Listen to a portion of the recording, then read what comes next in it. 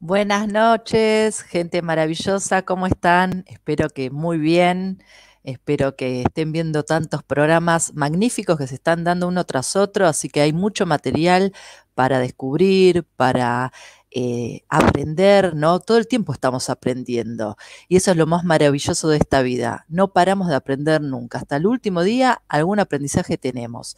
Muchas veces vienen situaciones negativas, estresantes, preocupantes, ¿sí? Y por eso hoy vamos a hablar de ansiedad. Ansiedad como un problema de salud que claramente está en boga, digamos, en el crecimiento, en la ola, en la cresta de la ola, por todo esto que acontece a nivel mundial con el tema de la pandemia. Ya se está hablando de que hay un incremento de las patologías de la salud mental en más de 5, multiplicado por 5 en sus estadísticas cotidianas de hace más de 2 años atrás. Entonces hoy los espacios de salud, los lugares donde se brinda atención a las personas, tiene que estar con la mirada más detenida en estas cuestiones tan importantes que tienen que ver con la salud mental de las personas, por todo lo que tiene que consecuencia del encierro, los miedos, ¿no? Que tanto está hablando también especialistas de la neurociencia, que se atreven a hablar y a decir que el miedo te baja las defensas y por lo tanto es partícipe de digamos, de tu sugestión y por lo tanto de que te enfermes, ¿sí? Entonces, bienvenidos, quiero que me escriban las dudas, como ya venimos haciendo. Los invito a ver los programas anteriores. Este es el cuarto programa. Hablé de salud y enfermedad, de hipotiroidismo y de hipertensión. Así que están todos los programas subidos. Pueden subirlos, verlos, perdón, pueden verlos y compartirlos. Así que YouTube lo que tiene lo maravilloso también es que uno toca una flechita que es compartir y se lo pueden pasar a aquellas personas que ustedes creen que le puede servir y ser útil. Bueno, vamos a arrancar. La ansiedad, a mí me gusta siempre buscar un poco el origen de las palabras y acá ansiedad y angustia tienen más o menos el mismo origen que viene del latín ansietas, pero viene de una raíz indo-europea de lang, que tiene que ver con estrecho, doloroso, ¿no? Algo que se gestiona un dolor, una preocupación. Pero como siempre les traigo la novedad, la importancia de la ansiedad en realidad no tiene que ver con la enfermedad en sí, porque nosotros, como hablé el primer programa, parece que no queremos estar enfermos, pero lo primero que hacemos es subirnos una etiqueta, ponernos una etiqueta de un problema de salud y de una enfermedad. Entonces, ¿qué es lo más común del tema de la ansiedad? Soy ansioso, soy ansiosa. Mi hijo es ansioso porque no puede esperar. No sé, mi suegra es ansiosa porque me llama 20 veces por día. Bueno, entonces caratulamos, ¿no? Con términos que son de salud y de enfermedad como si fuesen determinantes, ¿no? Como que marcaran algo clave en mi persona. Y esto tenemos que empezar a desconstruir, a desaprender esta forma de hablar, sobre todo de nosotros mismos. ¿Por qué? Si yo digo, soy ansiosa, soy hipertensa, soy gorda, yo me estoy adjudicando que eso está establecido, instalado en mí. Y claramente no es así, porque el tema de la ansiedad puede aparecer en algunas situaciones y en otras no. ¿Sí?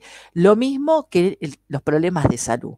En estos momentos uno puede tener un sobrepeso, pero en otros momentos de la vida no lo era con sobrepeso. Por entonces no soy, ¿sí? Es lo mismo que decir soy argentina. Sí, en este momento soy argentina. Nací en Argentina, sería la respuesta. Nací en Argentina, pero tal vez soy una persona del mundo, me encanta viajar y no tengo por qué adjudicarme ni siquiera mi nacionalidad. Esto nos encasilla, nos condiciona, ¿eh? Decir, soy médica, soy maestra. No, soy mucho más. Soy mamá, soy hija, soy amiga, soy mujer, soy amante del arte, tengo mucho soy. Así que arranquemos a deconstruir este tema de etiquetas que nos condicionan y que nos someten en algo que nos creemos. Estas serían parte de nuestras creencias limitantes, claves en la posterior enfermedad, porque yo me meto en ese encasillamiento y ya está. Como muchas veces vienen a la consulta pacientes que me dicen, bueno, antecedentes, les pregunto, ¿qué problemas de salud tuviste? ¿Estuviste internada? ¿Estuviste internado? ¿Qué te pasó? ¿Te operaron? Tengo ataque de pánico. Ajá, ok. ¿A qué psiquiatra estás yendo para decirme que tenés ataque de pánico? No, fui hace, no sé, un año a la guardia, estaba muy nerviosa, me subió la presión, estaba con la frecuencia cardíaca elevada, tenía sensación de muerte y el médico me dijo es ataque de pánico, entonces yo sé ahora que tengo ataque de pánico. No, no. Para los diagnósticos de los trastornos de ansiedad, que en realidad ahora vamos a ver la diferencia de ansiedad versus la enfermedad de la ansiedad. Son dos cosas distintas. Necesitamos la evaluación de un especialista.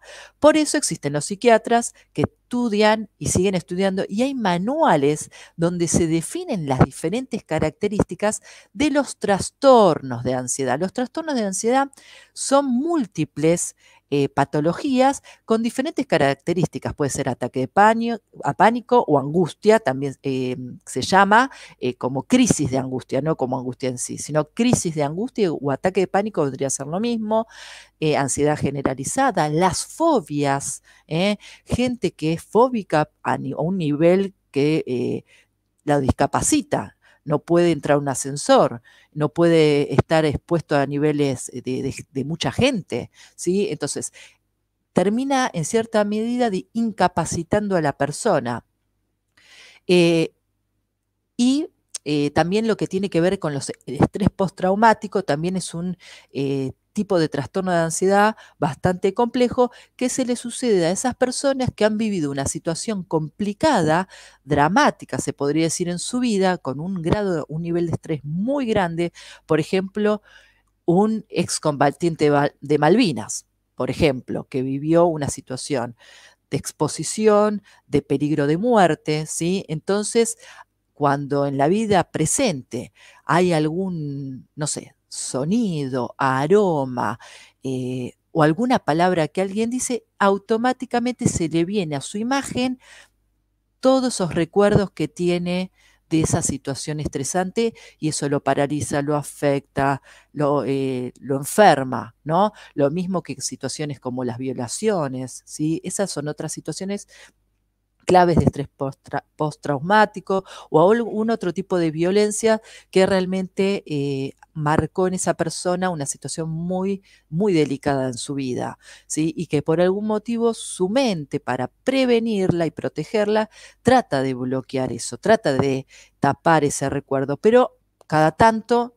aparece, cada tanto vuelve la información y afecta en todo su sistema de salud. Por lo tanto, esa persona necesita un acompañamiento psiquiátrico, ¿sí? Entonces, vamos a arrancar con la base. La base, la ansiedad es un mecanismo natural, fisiológico, lo tenemos todos. O sea, si yo tendría que decir, él es ansioso, sí, vos también, todos somos ansiosos, porque es un mecanismo de defensa natural de nuestro organismo ante situaciones inminentes de peligro. ¿Qué quiere decir?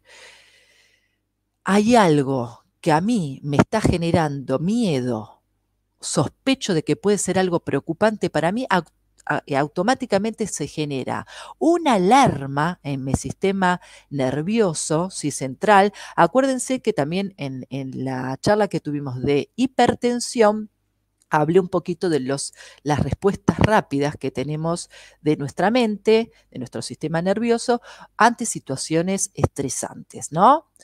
Entonces, en la ansiedad es necesaria, porque encima me ayuda a anticiparme, a como tener una sensación de, se viene el peligro, esto me activa una alarma, entonces yo ya sé cómo voy a reaccionar ante esta situación, que puede ser como forma inmediata en lucha, o sea, me enfrento o huyo.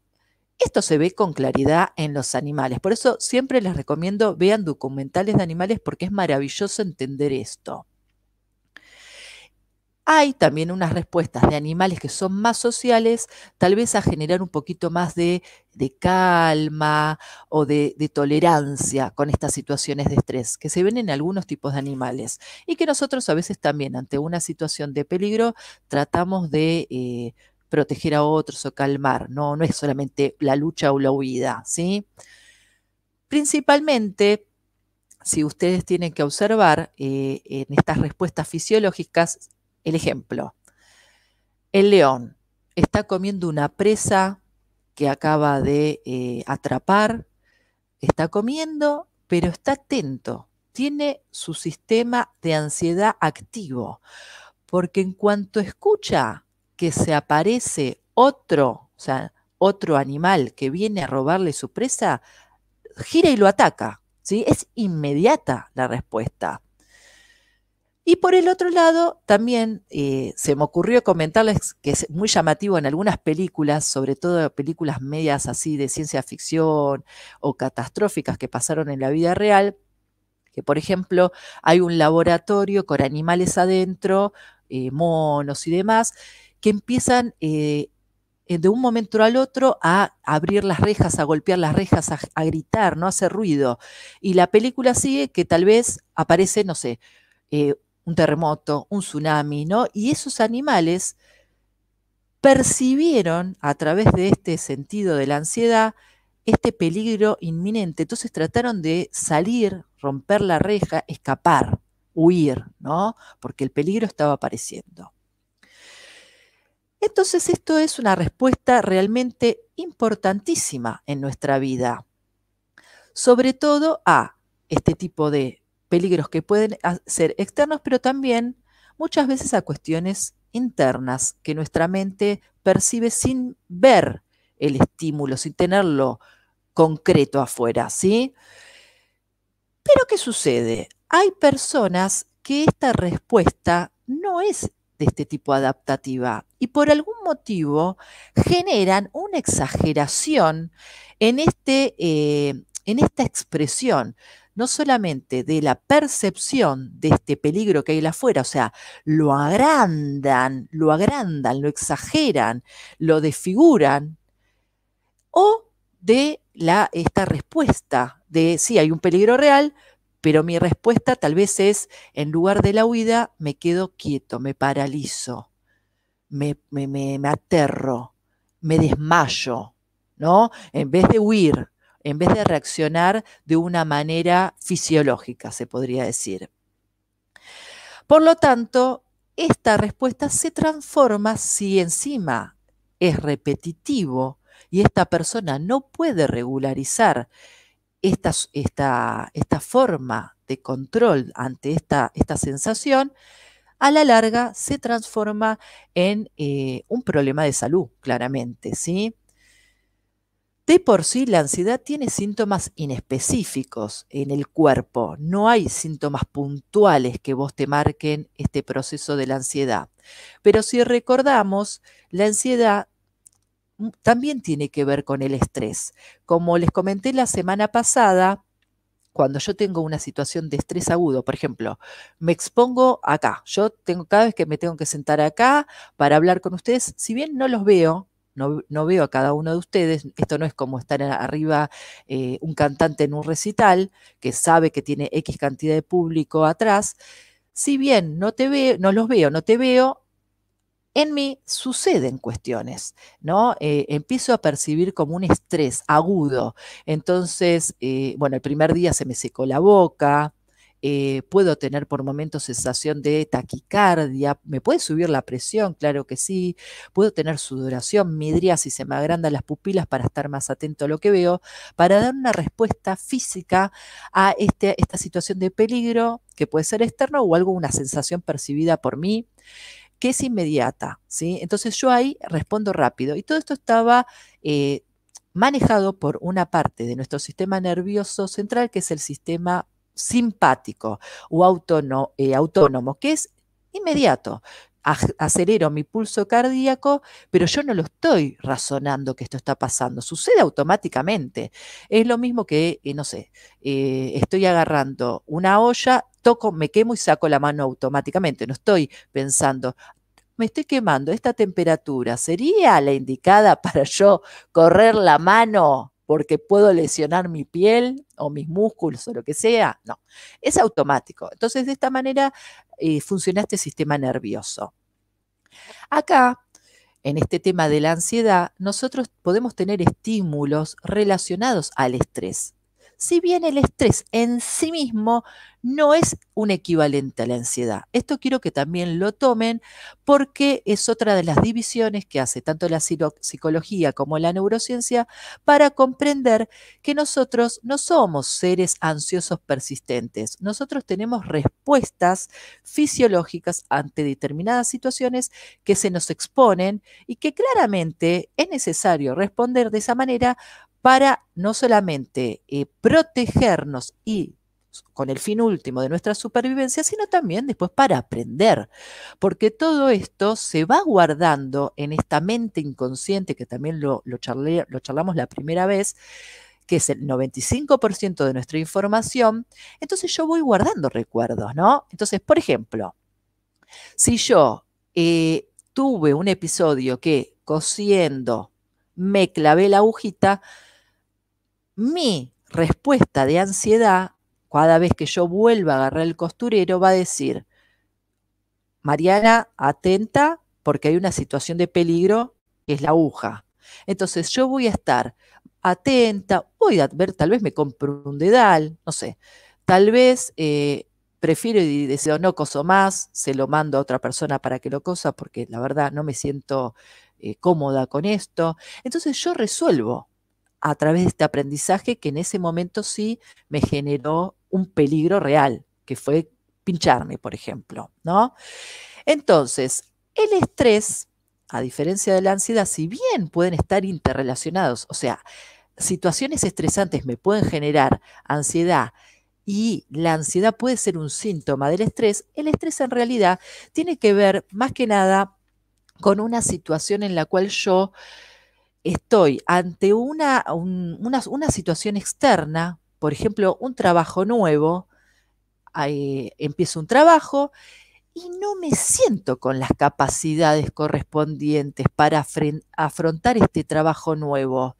Siento que me falta información, siento que me falta incluso tiempo para poder desarrollarlo bien y eso me estresa, eso también me reactiva síntomas en mi cuerpo, como ya les expliqué, circulatorios, incluso respiratorios, puedo tener sensación de ahogo y demás, para porque no me siento capaz de abordar este desafío que tengo en este momento. Entonces me estreso.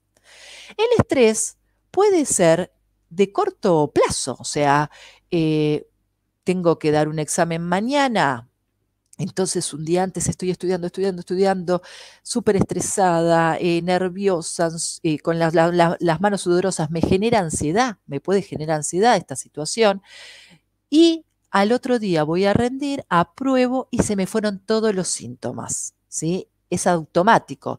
Cuando se va el factor que genera el estrés, este estímulo, el estrés se va, concluye. ¿Puedo tener, sí, episodios de estrés más largo? Claro que sí, porque si yo, por ejemplo, estoy con una gran deuda, una hipoteca, trabajo y veo que no llego, que la realidad está complicada, que la situación del país no me ayuda, entonces voy a persistir en un estado de estrés prolongado y eso sí me puede enfermar también a largo plazo porque estoy generando una situación de como un sobreestrés o un estrés crónico y me puede manifestar enfermedades que persisten altas, como por ejemplo la hipertensión, ¿no? Estoy con un estrés que no lo puedo resolver y aumenta mi TA, que esto lo vimos la vez pasada, ¿sí? Entonces, hasta que yo no resuelva este conflicto, mi respuesta fisiológica va a estar descontrolada, desequilibrada. Por lo tanto, el estrés es un problema, digamos, que puede ser agudo, que puede ser crónico, pero en sí siempre tiene una causa que cuando esa causa se va, desaparece el estrés. A diferencia de la ansiedad de por sí se origina, puede ser por causas externas o causas internas de nuestros pensamientos, pero cuando ese factor tal vez no está presente, yo igual sigo ansioso, yo igual sigo preocupado, yo igual sigo alterada, ¿sí?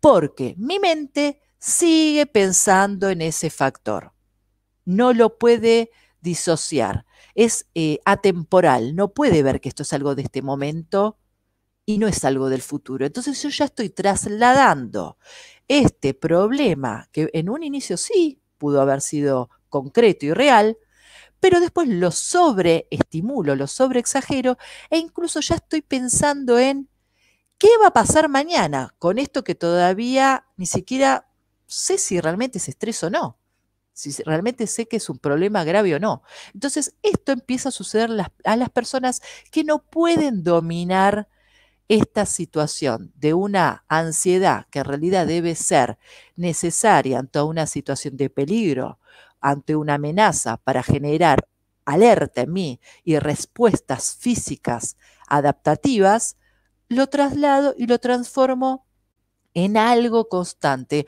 algo persistente, que está incluso sin el agresor enfrente, sin el estresógeno enfrente, ¿sí?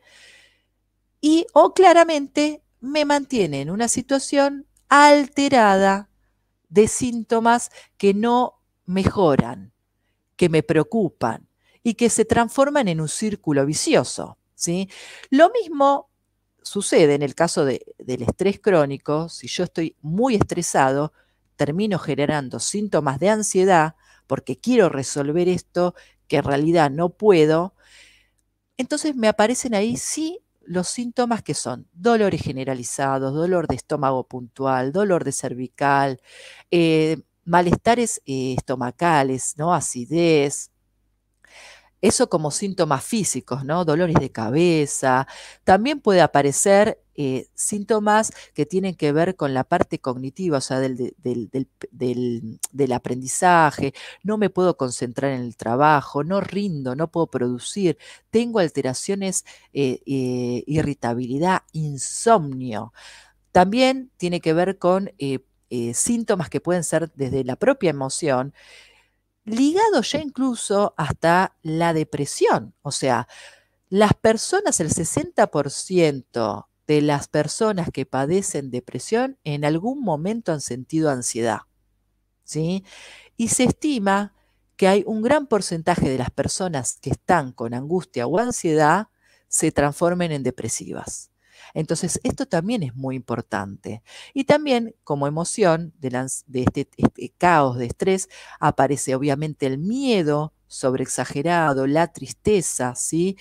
Recordemos que el miedo es una de las emociones fundamentales de la supervivencia y es una respuesta a algo también presente, algo que me está sucediendo a otro. Ahora, entonces, viene un depredador a atacarme, yo no puedo estar razonando, yo actúo ante este miedo, actúo, me escondo, huyo, me camuflo, lucho, ¿sí?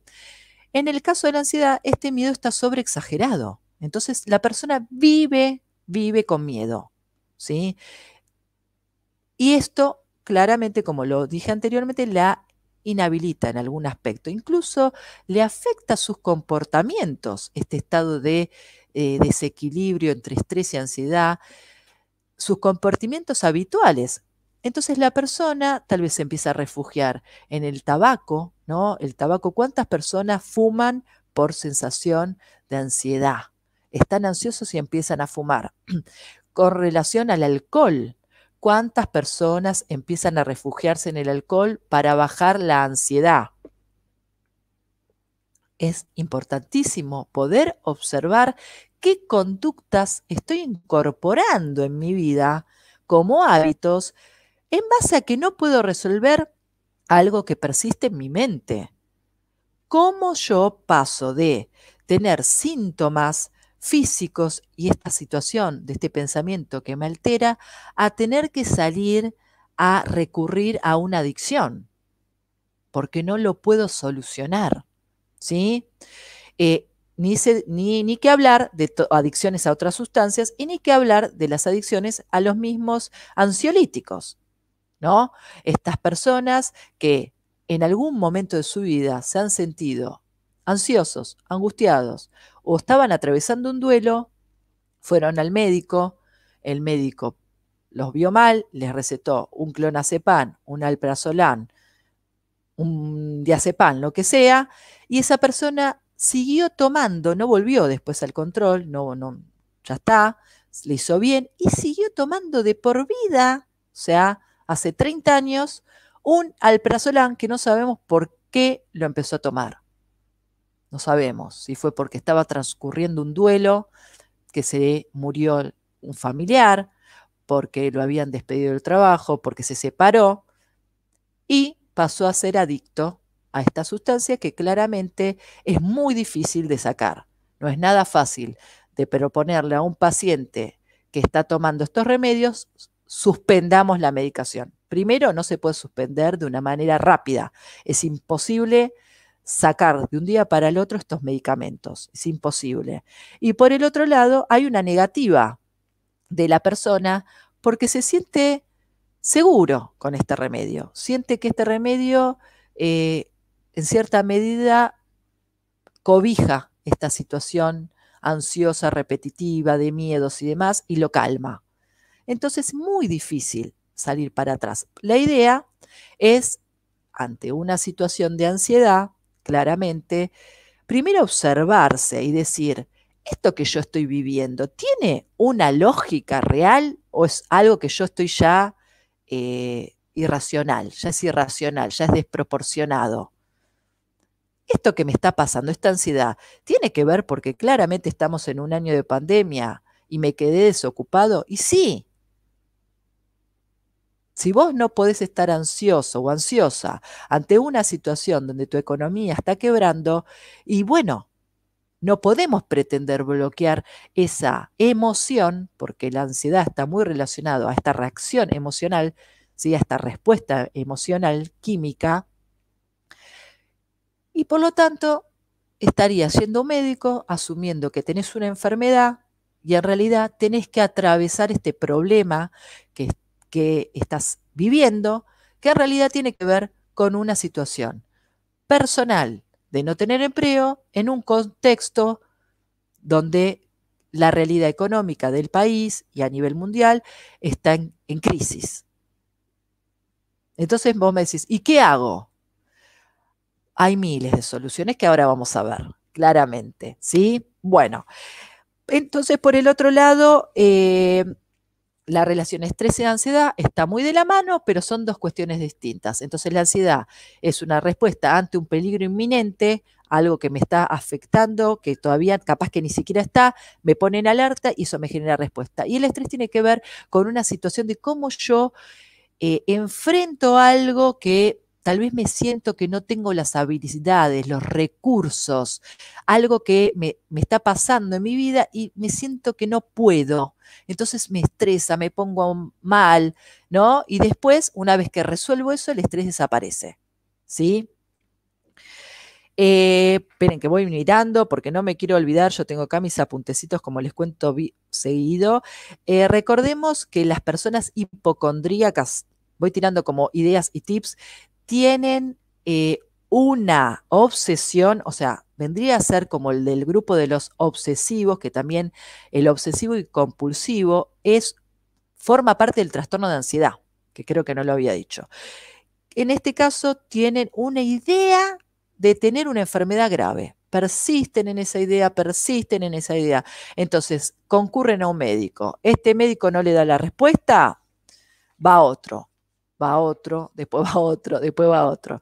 Y encima tal vez si alguno le dice, tenés que ir al psiquiatra, tenés que ir al psicólogo, no quieren, no quieren escuchar esa parte porque ellos conciben que realmente tienen un problema, una enfermedad complicada, entonces quieren que se la comprueben, ¿sí? Hay que comprobar la enfermedad. Lo mismo que ya les vuelvo a decir con este tema del ataque de pánico. Si alguna vez ustedes sintieron estos síntomas de muerte inminente, que es lo que más le pasa al ataque de pánico, ¿no? Ahogo, bueno, se alteran todos los sentidos, taquicardia, hipertensión, sensación sobre todo de muerte, concurran a una guardia, obviamente les van a dar algún relajante, alguna medicación, pero no se queden con eso. Tienen que concurrir a un psiquiatra, tienen que pedir un turno y hacer una evaluación para que realmente el especialista les dé un diagnóstico para corroborar si eso fue o no. Entonces, espérenme acá. Bueno, todo esto ya lo dije. Quiero ahondar un poquito en lo que hablé la vez anterior con el tema del cerebro, que recién les estaba diciendo, la respuesta del sistema nervioso. Nosotros tenemos, nuestro cerebro funciona de una manera que hay una respuesta, o sea, de nuestros sentidos, acordémonos esto siempre, nosotros aprendemos a través de los sentidos, de la vista, del olfato, del gusto, vamos percibiendo información. Eso lo transformamos en nuestra mente en un aprendizaje y le ponemos un nombre, vamos aprendiendo las palabras que le van dando significado a esto que vimos o que sentimos. Y si este aprendizaje viene con una emoción fuerte, más va a quedar grabada en nuestra mente, porque en realidad todo el aprendizaje que vamos teniendo, todo tiene una respuesta emocional.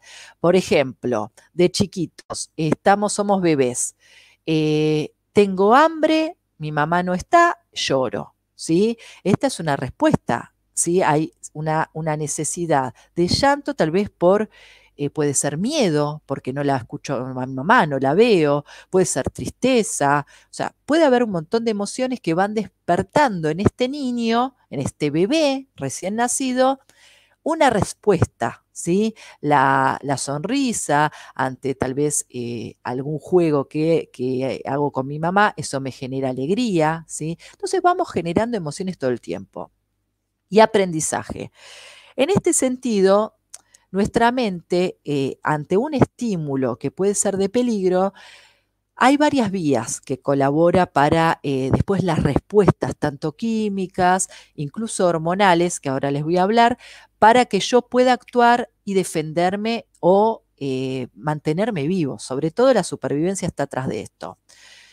Tenemos la parte del tálamo, que es un núcleo muy importante en nuestro cerebro, porque es el que capta toda esta información del aprendizaje, y este se conecta con el hipotálamo, que ya lo habíamos hablado la vez pasada, cuando vimos hipotiroidismo también, que en él residen todas las reacciones emocionales. Entonces acá hay una respuesta como un ida y vuelta incluso. Y a su vez del hipotálamo manda información a la hipófisis, que es la parte endocrina, que esto también lo hablamos en hipotiroidismo. Esta respuesta que genera la hipófisis, en este caso cuando hay una situación de peligro externo, me estimula una sustancia que es la ACTH, que esta es un estimulante de las glándulas suprarrenales que tenemos nosotros para formar el famoso cortisol. Esta sustancia tan importante y tan valiosa, porque nosotros creemos que el cortisol es negativo, pero el cortisol es sumamente importante en nuestra vida, porque, por ejemplo, cuando yo estoy ante una situación de peligro, este estímulo que estoy gestionando lo que me genera es una respuesta, mayor rendimiento físico, ¿sí? Me incrementa la energía, o sea, necesito energía, porque si yo tengo que salir corriendo, claramente necesito metabolizar y utilizar la energía que ya tengo acumulada para esta respuesta, ¿sí? me disminuye la respuesta inflamatoria. Sabemos que los corticoides son antiinflamatorios, ¿no? Cuando uno tiene un dolor, vas y te tomas un corticoide o te inyectan un corticoide y te desinflama. Entonces, en este caso, también baja la inflamación para que nosotros podamos también activarnos y realizar, o sea, no sentir incluso dolor, porque nos aumenta el umbral del dolor. O sea, cuanto más umbral alto, hay gente que tiene el umbral alto del dolor. Por ejemplo, en los partos. Hay mujeres que, ay, qué parto divino que tuve. Y vos decís, ¿cómo pudiste tener un parto divino cuando yo me estaba mordiendo los dedos del dolor? Bueno, tienen un umbral del dolor alto. Entonces, en este caso, el cortisol es sumamente importante y beneficioso para esta respuesta ante una situación estresante o una situación de ansiedad. Y a su vez, fomenta también las reservas de calorías, que también es muy importante. Y otra de las cuestiones que favorece el cortisol, que ahora vamos a entender muchas películas norteamericanas sobre todo, cuando una chica se acaba de separar del novio, se peleó, ¿qué hace? Se come un kilo de helado, ¿no? Vos la ves en la película, estimula el consumo de azúcar, porque acordémonos que el azúcar es de absorción rápida y es energía, energía pura. Entonces, comer cosas dulces cuando yo estoy estresado es importante porque en cierta medida me ayuda, colabora a pensar, a que mi cerebro esté más activo, ¿sí? A generar también, como les vuelvo a decir, la respuesta física si tengo que generar una huida o una lucha y eso me desgasta energéticamente. Entonces, el cortisol es importante, es necesario, ¿sí? Pero sucede que cuando hay una respuesta excesiva, porque si yo vivo estresada crónicamente o vivo en un estado de ansiedad patológico, este cortisol está tan alto que ya es como que la respuesta es demasiado alta y me afecta orgánicamente a mí. Me puede traer trastornos físicos, ¿sí? Pasa a ser nocivo para mi salud. Lo importante que se ha visto que cuando yo tengo una situación de estrés muy grande, muy dramática, como por ejemplo los que les contaba de estos casos de estrés postraumático, hay un área en el cerebro que se llama hipocampo que tiene receptores de cortisol, pero cuando el cortisol está muy alto, esa zona bloquea los receptores. Miren qué interesante lo que les voy a contar. Y esta zona es la que participa en lo que es la memoria biográfica, la memoria relacionada a los episodios que yo voy viviendo. O sea, yo me acuerdo, por ejemplo, de mi cumpleaños de 15, que hice una fiesta con mis amigos, después hice una fiesta con mis parientes. Yo tengo como puntualmente situaciones a lo largo de mi historia puntuales, como un calendario, como si yo tendría organizadito como una especie de registro, incluso cuando uno pone fotos, ¿no? Y escribe al lado, esta fecha pasó tal cosa. Entonces, como los datos míos vividos están guardados en esta zona de esta memoria biográfica. Pero, ¿qué sucede? Si yo tengo una situación estresante muy alta, como una violación o alguna situación, un abuso, ¿sí? Algo o violencia o alguna situación grave, bloquea esto. Entonces, por algún motivo, yo no tengo esa memoria, no la tengo presente, que acá volvemos otra vez con la información que les comenté anteriormente. Entonces, sí, tal vez ante algo que me resuena después de tiempo pasado, mucho tiempo después, puede volver esa imagen a activarse. Pero en ese momento nuestra mente prioriza que esa información no sea guardada como tal, porque es dolorosa, ¿sí? Es dolorosa. Una vez que se termina de pasar este proceso de aumento de cortisol, de exceso, ¿no? Estamos hablando, estos receptores vuelven a la normalidad y otra vez nosotros volvemos a funcionar a nivel de nuestra memoria normal, no es más afectada, ¿sí? Con respecto a el tema de los miedos, esto también lo quiero nombrar que me parece muy importante. Nosotros tenemos un sistema donde hay muchos miedos que son innatos, o sea, que vienen con nosotros, desde nuestro ser, en nuestra existencia, pero la mayoría de los miedos son aprendidos, ¿sí? Sobre todo son aprendidos por situaciones que hemos vivido, pero también por las creencias que nos van dando en nuestra historia, nuestros parientes, la escuela, la familia, etcétera, etcétera. Que es necesario claramente archivarlos para que cuando a mí me vuelva a pasar una situación similar, yo active este sistema de alerta de la ansiedad y me defienda en el momento preciso, ¿sí? Pueda preservar mi vida ante una amenaza ya reconocida, por esto que estoy archivando y guardando.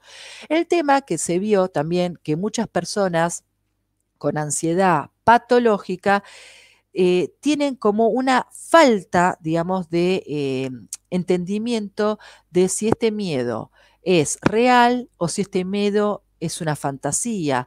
Incluso la gente que tiene ataque de pánico a veces ni siquiera sabe de dónde viene el miedo, no tiene ni siquiera el registro de dónde está ese miedo, ¿sí?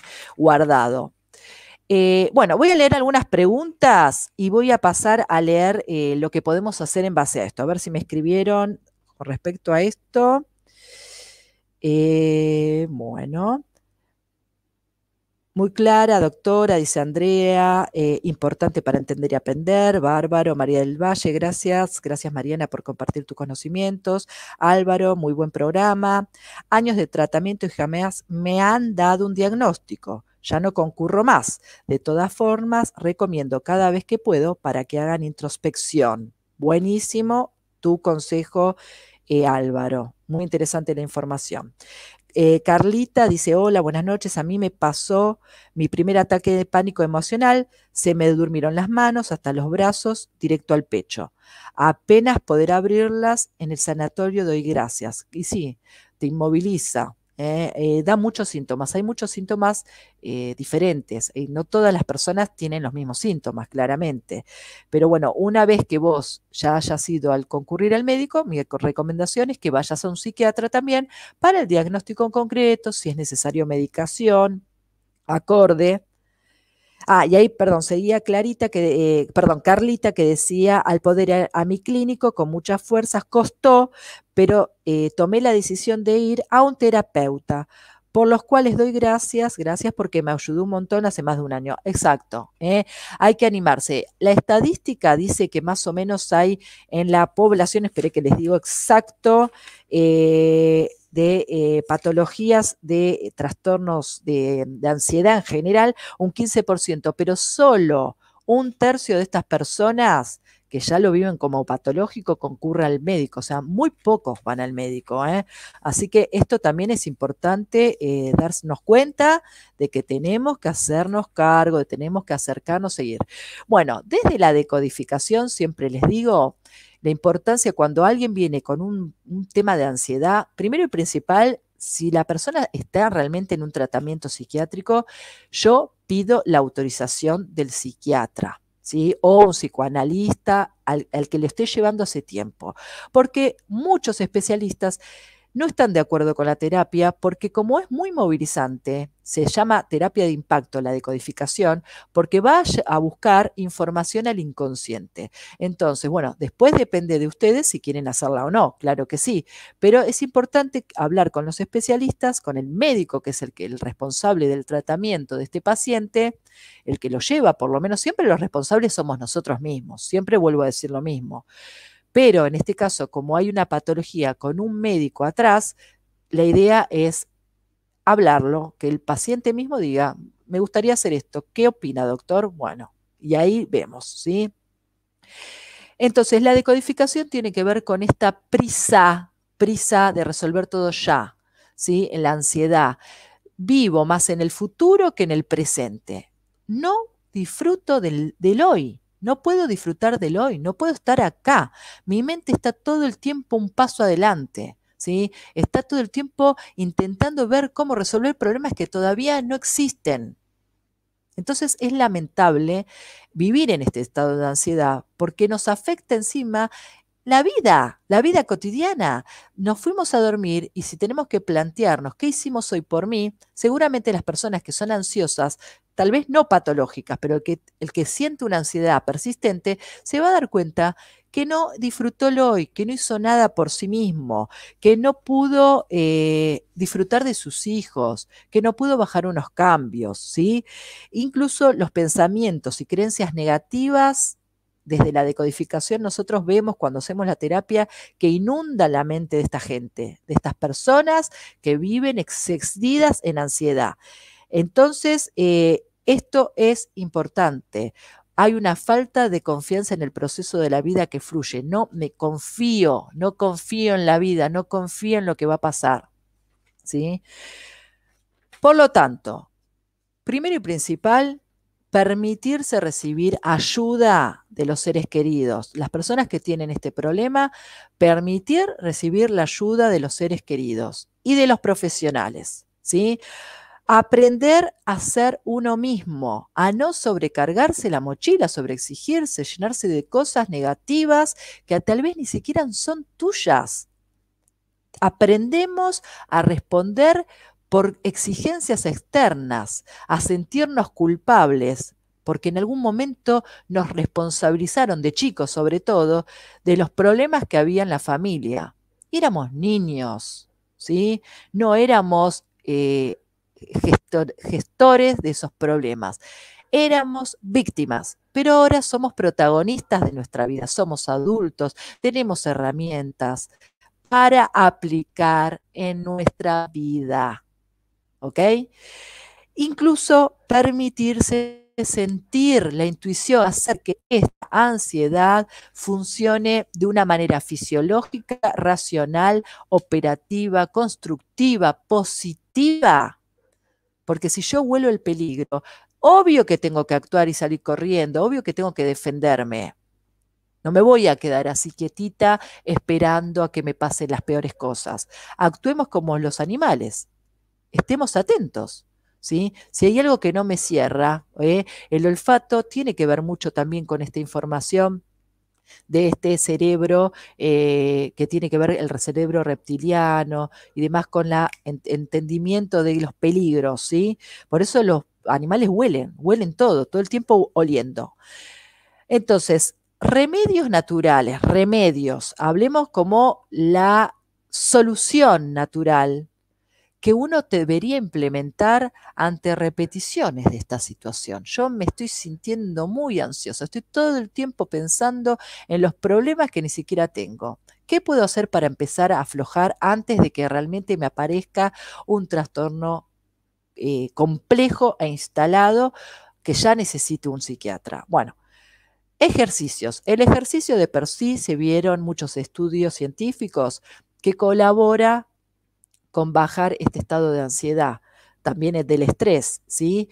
Entonces, y también sobre todo está bueno en aquellos que acaban de dejar el tabaco, por ejemplo, y están ansiosos. Entonces, salir a ejercitar es una de los aportes saludables que colabora con bajar este estado de ansiedad.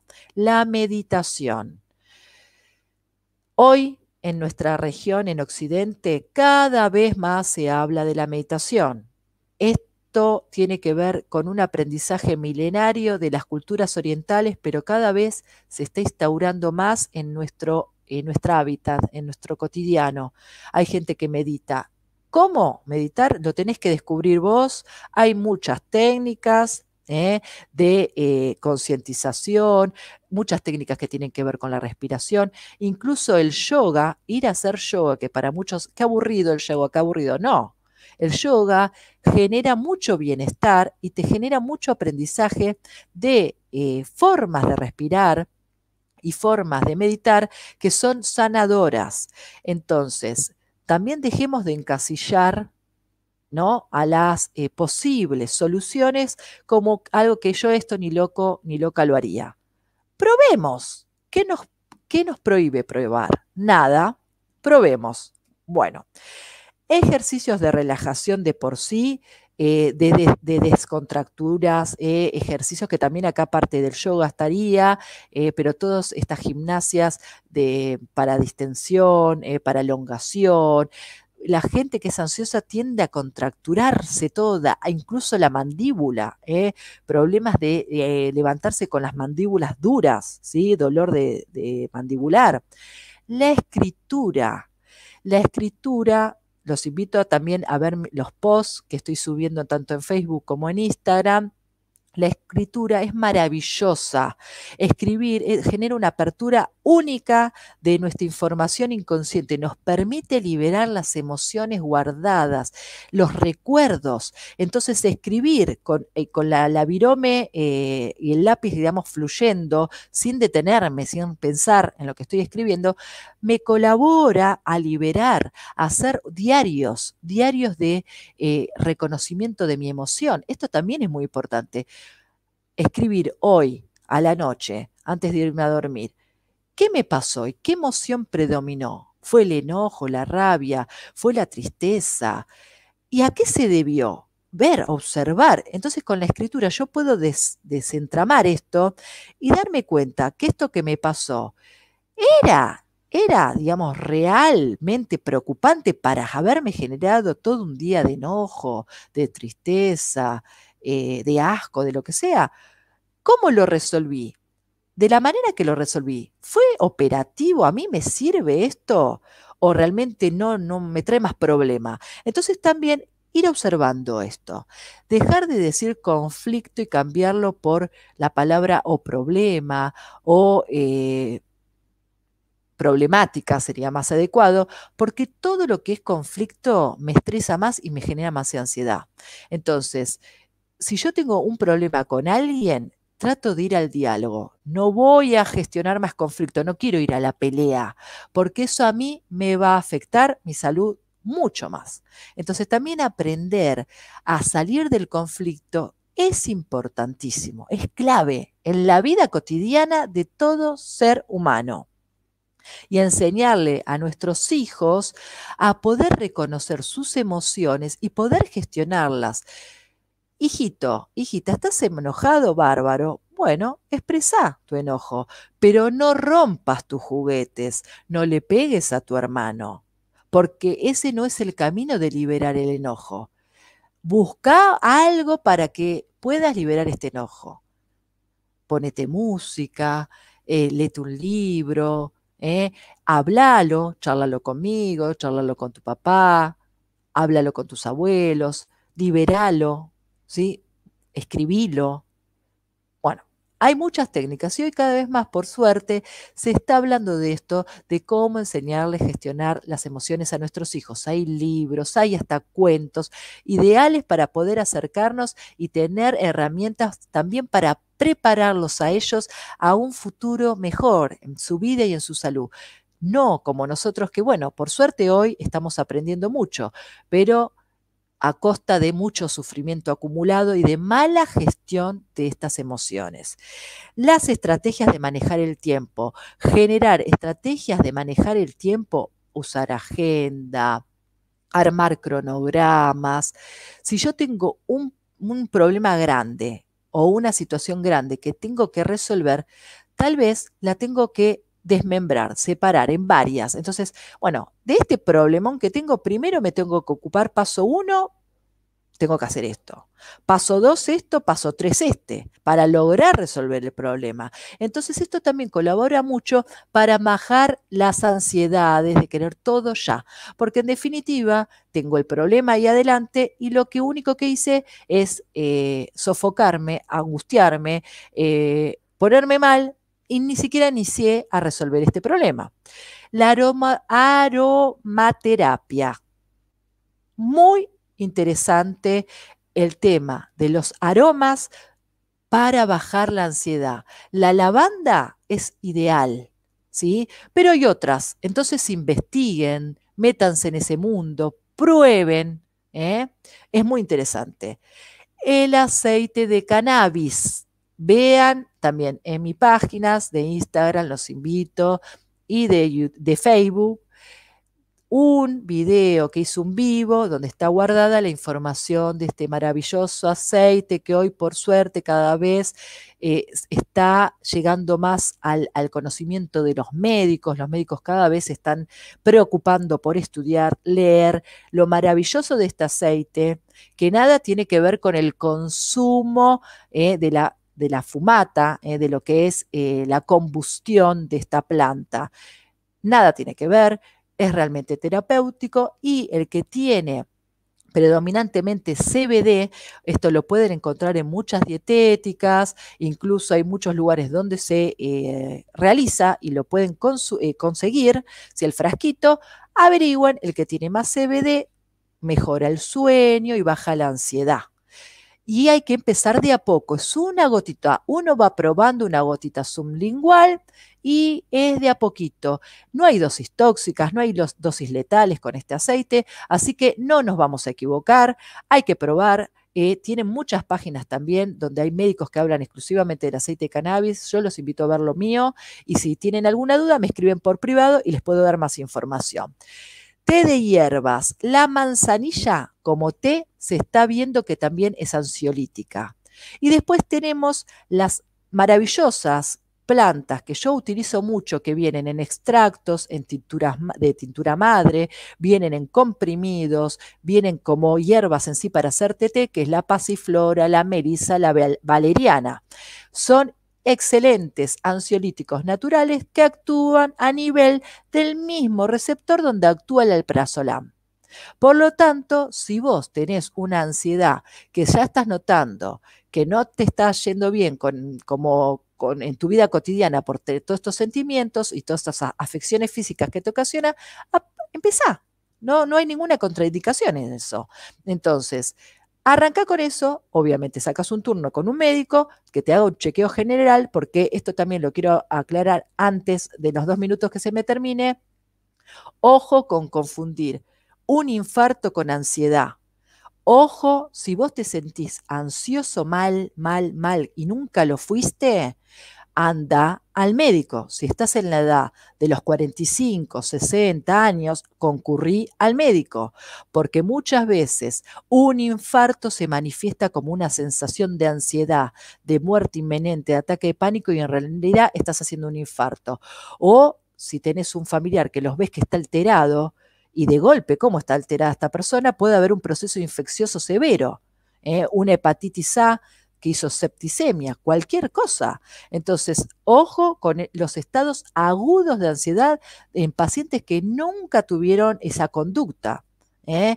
Hay que ir al médico a la guardia, alerta con eso. El consumo desproporcionado, muchas veces de, alcohol, cocaína, remedios que se utilizan para la nariz, la efedrina, los derivados de la efedrina, y los preparados que muchas veces nos dan para bajar de peso, entre comillas, homeopáticos, que son falsos homeopáticos, que nada tiene que ver con la homeopatía, esos, tienen excesos de hormona tiroidea y nos pueden generar también esta sensación de taquicardia y demás. Confundimos y creemos que es una ansiedad y en realidad es un efecto secundario a esto. Ojo también ahí, ¿eh? Después, por el otro lado, volviendo al tema de las acciones, los animales. Se ha visto incluso en enfermos, sobre todo ancianos, hay estudios de investigación, con problemas de trastorno de ansiedad, que criar grillos, escuchen esto, criar grillos baja la ansiedad. Para las personas que han tenido estrés postraumático, el tema de la equinoterapia. La equinoterapia es hermoso, el tema de los caballos.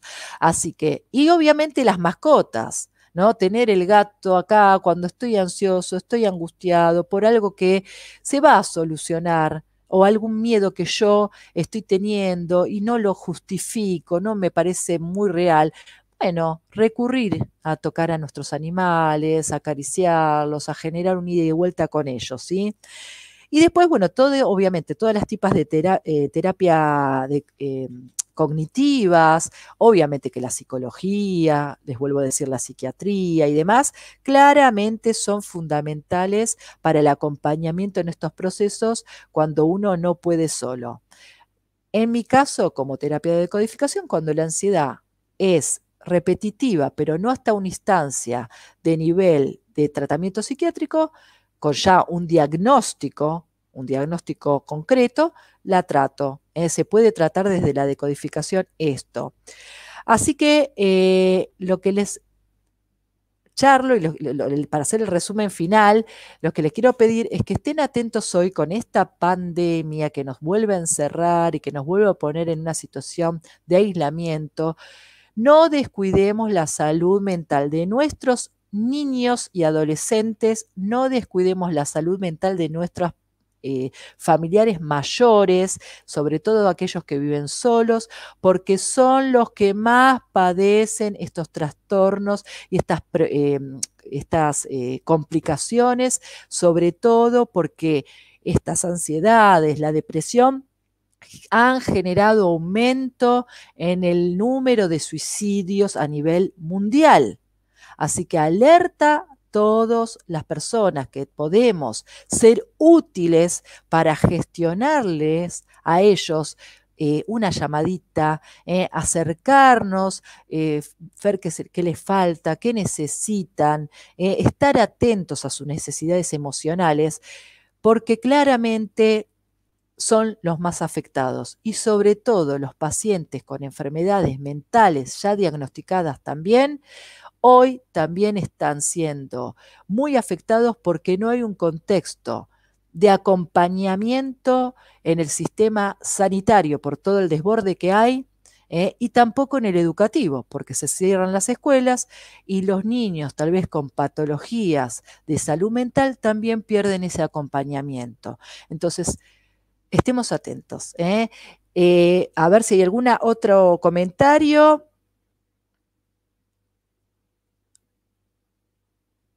Bueno, acá Renata dice, está haciendo una mezcolanza. El azúcar no es bueno para la ansiedad. No, no es bueno. O sea, el azúcar, lo que te genera consumir azúcar es el cortisol. Acordate, cuando vos estás con un estrés grande o ansioso, el cortisol te lleva. Y el psiquiatra claramente es necesario. La adicción a los ansiolíticos, el ansiolítico tiene que ser indicado por un psiquiatra. Los tratamientos de ansiolíticos son de 6 meses más o menos. No creamos que el tratamiento con un ansiolítico es de por vida tampoco. Por eso es necesario el tema del control psiquiátrico. Automedicarse o haber ido a un médico y agarrar ese remedio y no volver nunca más es lo peor que podemos estar haciendo por la salud individual. ¿Sí? Entonces hay que ser responsables, ¿sí? Renata, espero que te haya quedado un poco la información si es que se te confundió.